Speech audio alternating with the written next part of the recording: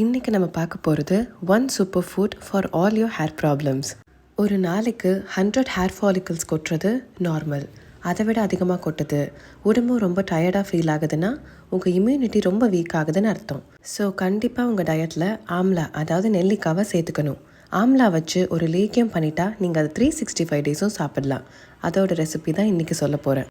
ஆம்லாவை நல்லா வேக வச்சு சீட்ஸை ரிமூவ் பண்ணி அத்திப்பழம், காஞ்ச திராட்சை, டேட்ஸ் போட்டு நல்லா குலைவாக அரைச்சி எடுத்துக்கணும்.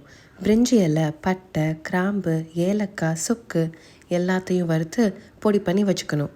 ஒரு பாத்திரத்தில் 2 ஸ்பூன் நெய் ஊற்றி அரைச்சி வச்சிருந்த பேஸ்ட், வெல்லம், துளசி ஊற வச்ச தண்ணி, குங்குமப்பூ எல்லாம் போட்டு ஒரு 30 மினிட்ஸ் கிண்டணும்.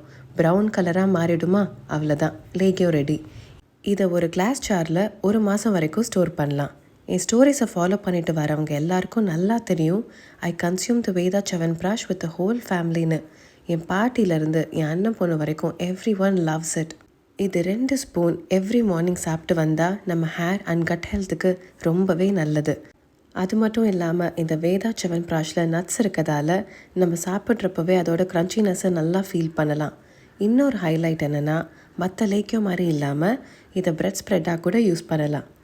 இந்த வீடியோவில் யூஸ் பண்ண ப்ராடக்ட் டீட்டெயில்ஸ் எல்லாம் உங்களுக்கு வேணும்னா கமெண்ட்டில் லிங்க்குன்னு டைப் பண்ணுங்கள்.